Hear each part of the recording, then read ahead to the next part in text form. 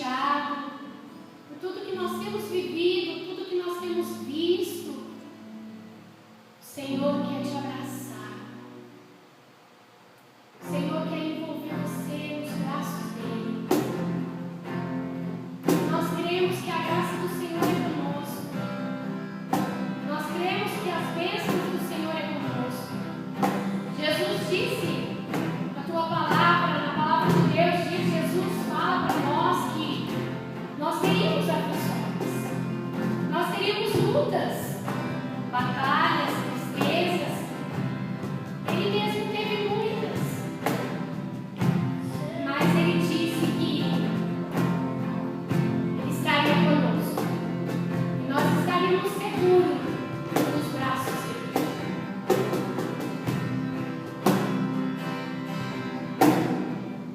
Seguro estou nos braços daquele que nunca me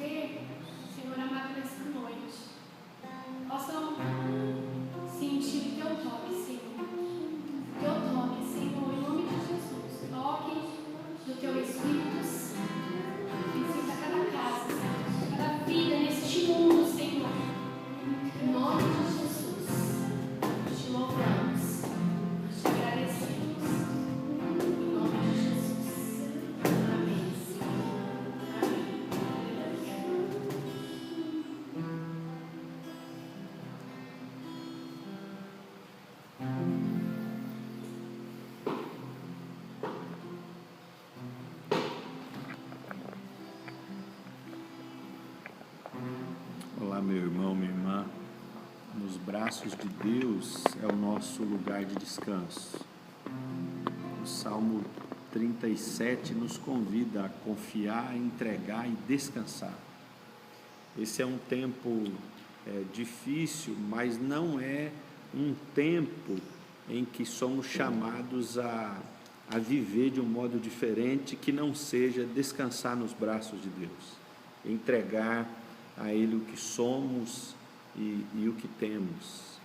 E entregar a Deus o que somos e o que temos implica em olhar para as necessidades à nossa volta e nos entregar nos braços de Deus para ser resposta de Deus para a vida das pessoas. Por isso eu quero te convidar, antes de abrir a Escritura e ler a Escritura, a orar com você, para que eu e você perguntemos a Deus como nesse tempo nós podemos ser bons mordomos, bons administradores, sermos nas mãos de Deus um instrumento, uma ferramenta para também levar descanso e refrigério aos corações que estão afligidos, angustiados, sem saber para onde vão, sem resposta para as suas perguntas e também para as suas dores. Eu te convido então a orarmos.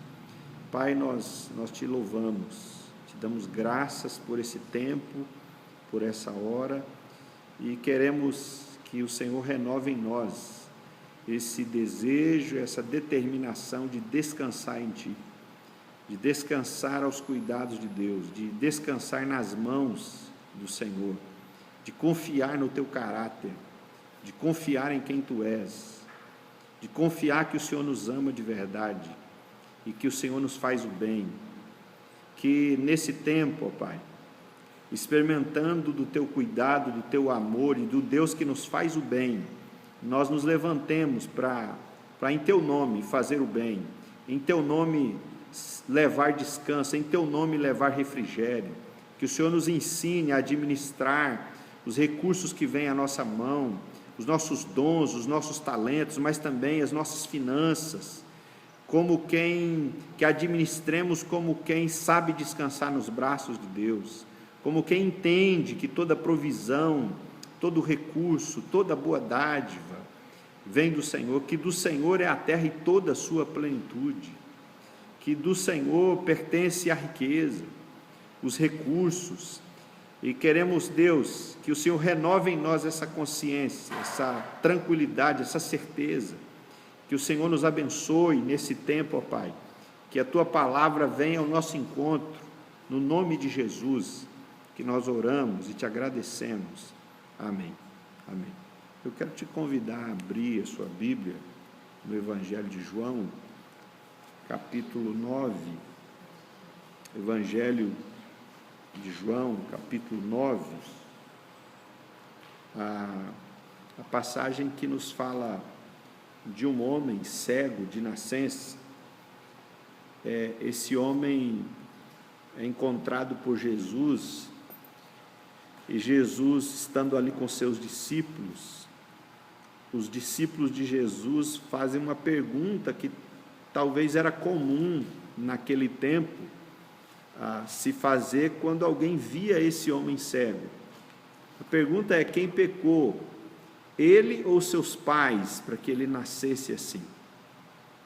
A questão não era se ele pecou ou não pecou, se ele e a sua casa, se havia pecado nele, simplesmente, ou nos seus, ou se não havia pecado. A pergunta era quem pecou, porque a sua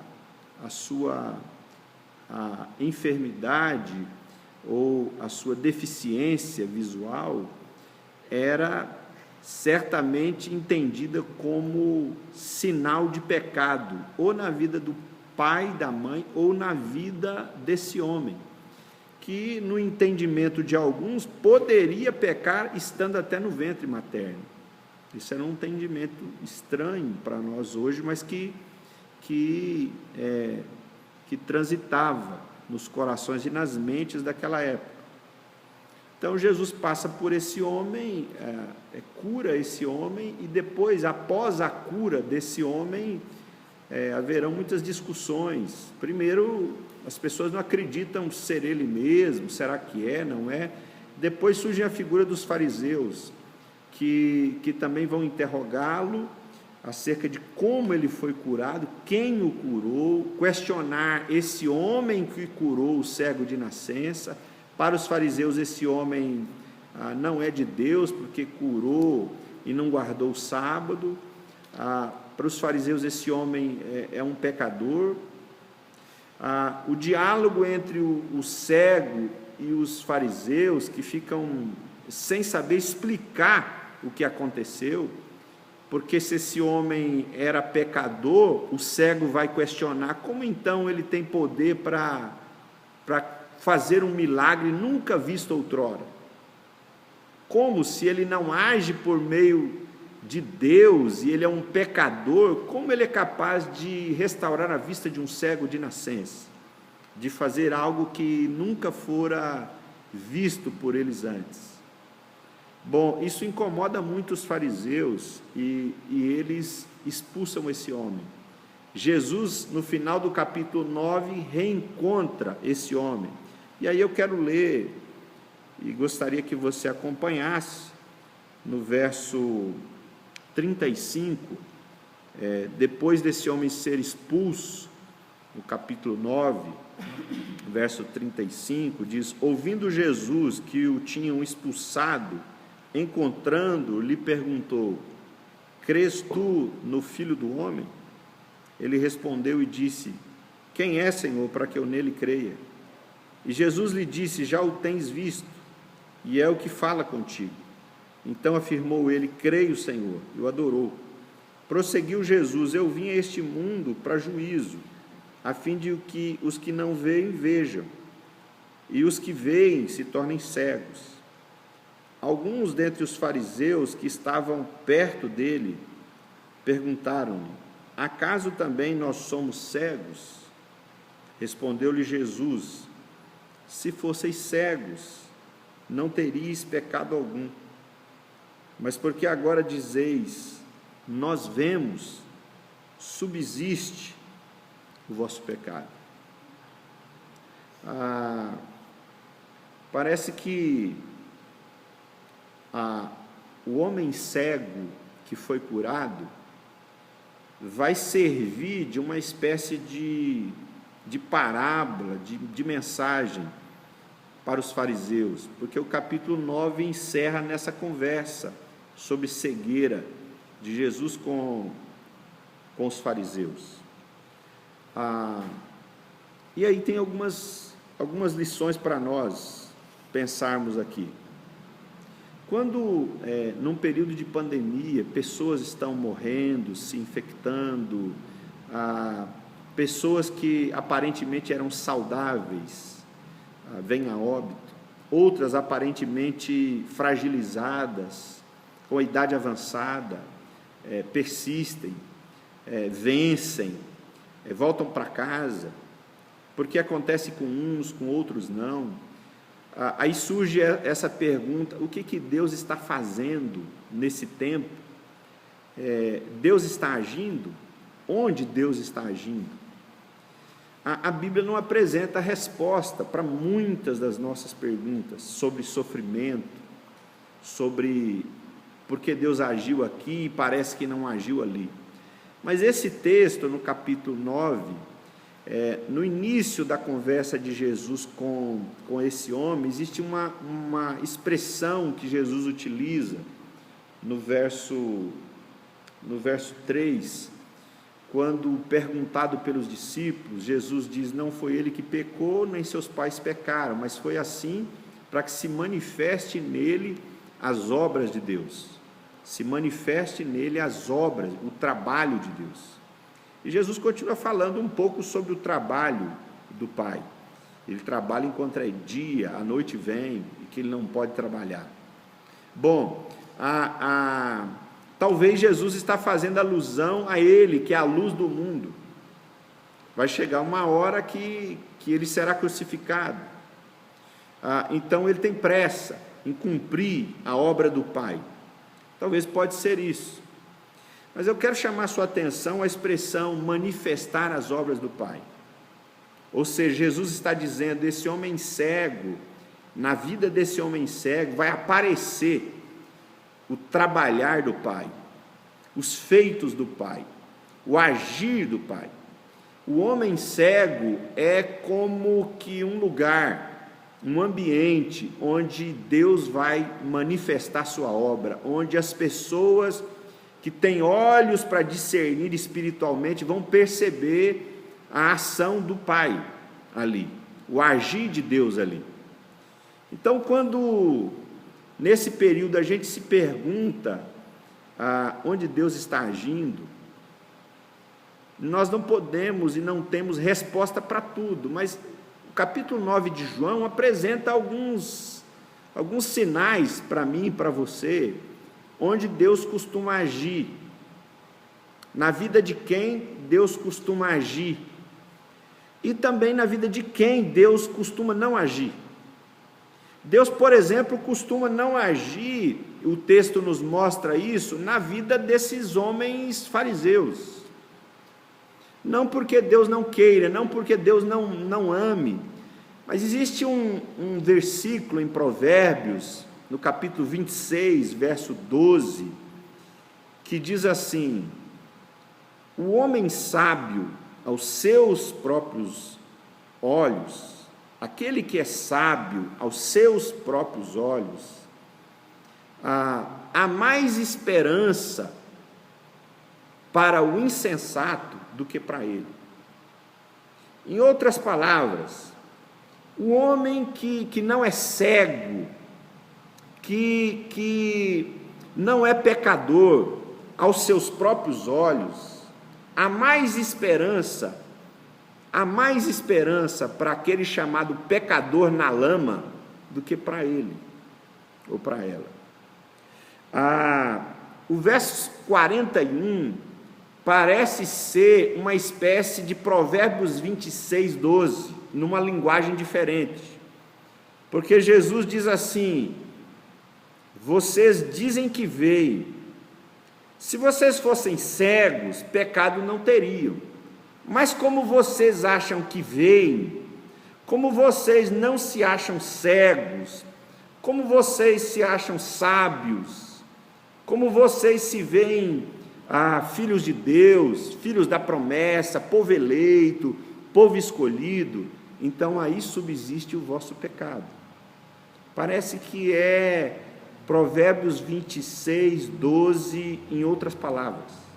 Ou seja, aquele que se acha não cego é o maior cego de todos. É aquele onde a cegueira habita com mais clareza.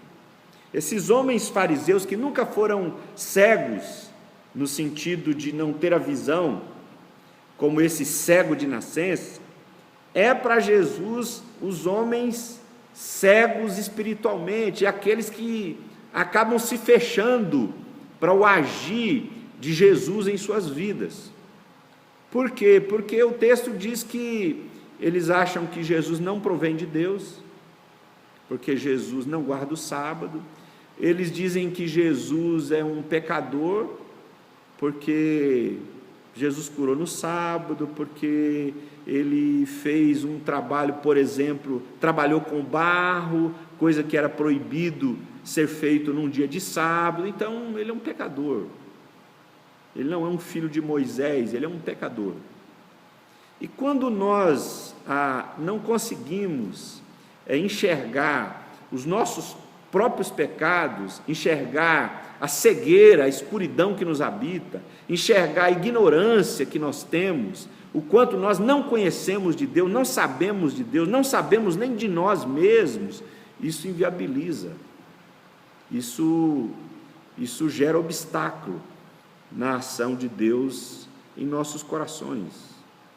Esses homens, nas palavras de Jesus, são homens onde o pecado subsiste, porque eles são aqueles que se dizem não cegos, que se dizem não pecadores, que se dizem santos e piedosos, que se dizem irrepreensíveis, que se dizem povo que agrada a Deus, que faz a vontade de Deus, que obedece a Deus, arrisca.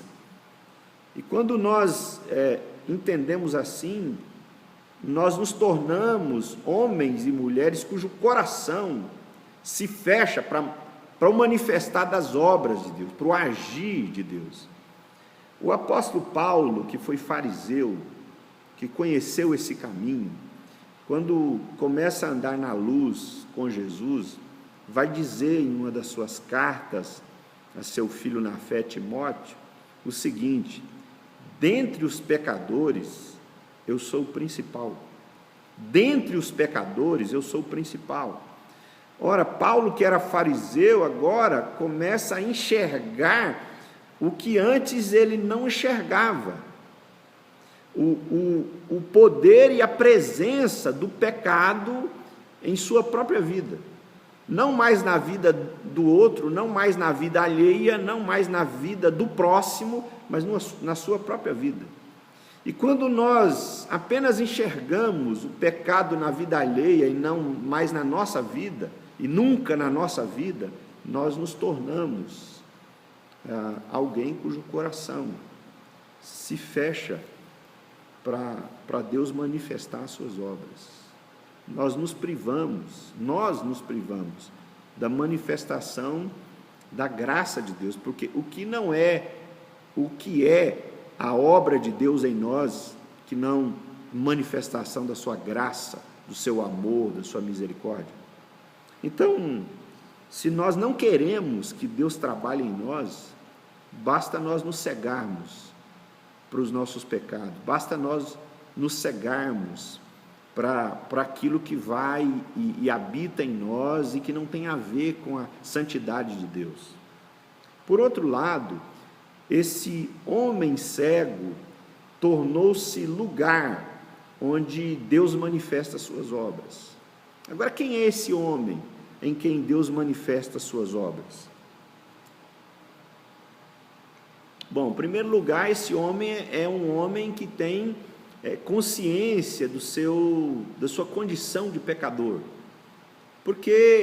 Não porque a sua cegueira era sinal de pecado, mas que por conta da sua cegueira todos o lembravam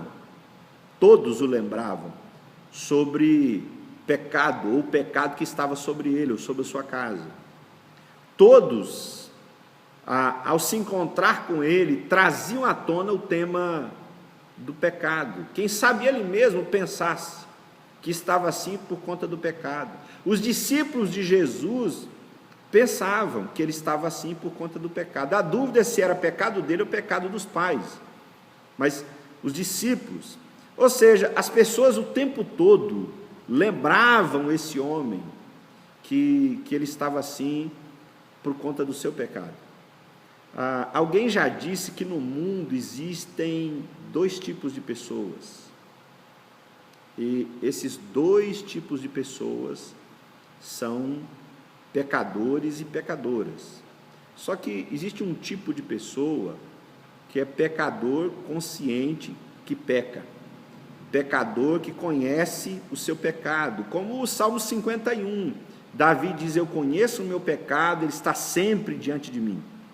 E existe um outro tipo de pecador ou pecadora que é totalmente ignorante e cego para com a sua condição de pecador. Não consegue ver, não consegue enxergar. Esse cego era cego nesses olhos, mas internamente ele conseguia ver o seu pecado. Todos o lembravam sobre isso, a religião lembrava sobre isso, ele era lembrado sobre isso o tempo todo. Então havia uma consciência de presença de pecado. Então, quando nós temos consciência da presença do pecado em nós, da nossa fragilidade, de que nós somos transgressores, de que nós não somos tão obedientes assim, de que nós não cumprimos à risca o que a palavra de Deus nos pede, nos orienta, nos apresenta, essa consciência vai abrindo espaço no nosso coração para Deus trabalhar em nós. Deus não trabalha em corações que ainda não enxergaram o seu próprio pecado. Aliás, quando a gente enxerga o nosso próprio pecado, já é sinal de que Deus está trabalhando em nós. Deus está trabalhando em nós. Por que Deus está trabalhando em nós? Porque nós enxergamos o nosso pecado porque a luz chegou. A Bíblia diz em João que Jesus é a luz do mundo. Jesus se apresenta como a luz.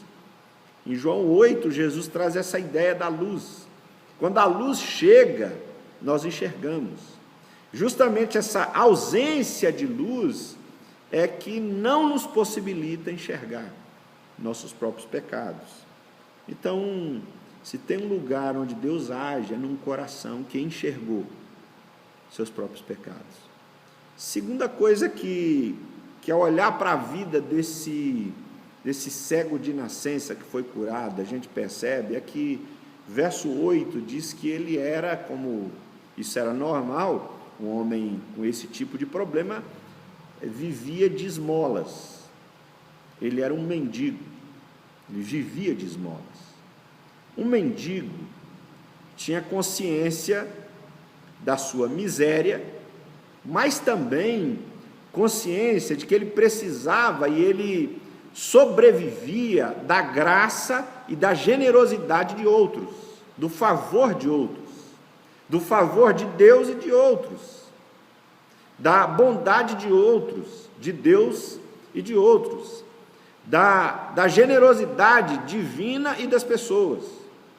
Então, um homem cujo coração é terreno onde Deus age, é um homem que entendeu que ele é sustentado pelo favor de Deus, pela bênção de Deus e pela bênção de outros. É um homem que entendeu que se ela chegou onde chegou, só chegou por conta do favor de Deus e do favor de outros, por conta do socorro de Deus e do socorro de outros, por conta da ajuda amiga de Deus e da ajuda amiga de outros. Ninguém chega onde chega sozinho. Ninguém alcança o que alcançou de êxito, de bênção, de graça, sozinho. Então, quando essa consciência vai crescendo em nós, e esse homem vivia isso todo dia, sabia na pele o que era depender de moedas lançadas em algum lugar reservado para receber o favor das pessoas, isso era rotineiro, isso era impregnado na sua consciência. Eu preciso estar à beira do caminho, quem sabe ali exposto, para que alguém jogue moedas, para que alguém me abençoe, para que alguém me ajude. O que é a prática da oração que chamamos de súplica? Não será isso? O que é um suplicante?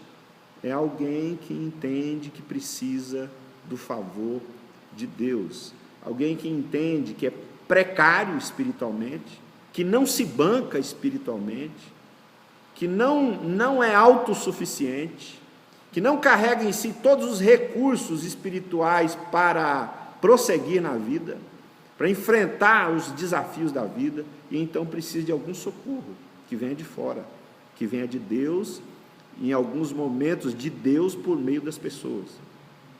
Então, esse homem é terreno, é lugar onde Deus se manifesta, onde as obras de Deus acontecem. Talvez nós nos perguntamos, onde Deus está agindo? Deus age na vida desse homem, Deus age na vida desse cego de nascença. E é interessante perceber que quando esse homem é curado, lá no verso 38, quando ele se reencontra com Jesus, a Bíblia, depois de narrar essa conversa, Jesus fala do Cristo, ele diz: quem é, Senhor, para que eu creia? E Jesus diz: sou eu. E diz o texto que ele o adorou. Onde Deus está trabalhando? Num coração que tem consciência do seu pecado, que tem consciência de que precisa do favor de Deus. Onde Deus está trabalhando? Num coração que sabe adorar, um coração que se prostra, que se rende, que se entrega. Onde Deus está trabalhando? Não necessariamente na vida de quem não pegou Covid, não necessariamente na vida de quem nunca transmitiu para ninguém, não necessariamente na vida de quem não ficou desempregado nesse tempo, não necessariamente na vida de quem não teve necessidades financeiras ou materiais nesse tempo. Onde Deus está trabalhando? Nos corações que, apesar de tudo o que tem acontecido, ainda conseguem se dobrar diante de Jesus e adorá-lo. Esse homem era um homem que não sabia muito das Escrituras como esses fariseus, mas Jesus se revelou a ele, mas ele recebeu um conhecimento que os fariseus não receberam. Ele se abriu para esse conhecimento e ele teve um encontro com o dono do mundo, com o Cristo, o Messias de Deus, o enviado de Deus. Eu quero te convidar a uma palavra de oração. Você que pergunta onde Deus está agindo.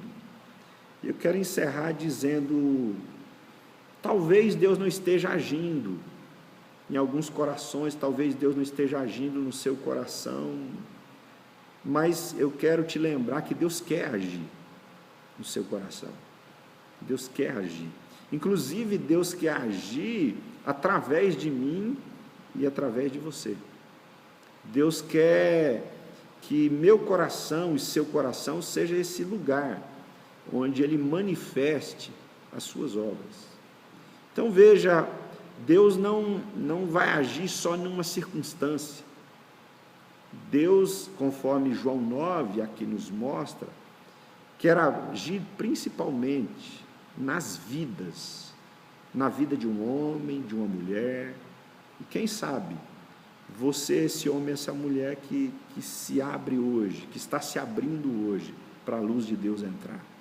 E quando a luz que é Jesus entra, você começa a enxergar seus pecados, começa a ver que chegou onde chegou por causa da graça de Deus, e quem sabe, percebendo isso, você se coloca de joelhos, em prostração, em rendição, em adoração ao Cristo de Deus. Enquanto você vai ouvir uma canção, deixa Deus continuar ministrando, né, o seu coração, deixa a luz continuar brilhando no seu coração, e depois nós vamos orar, encerrando esse tempo, em nome de Jesus.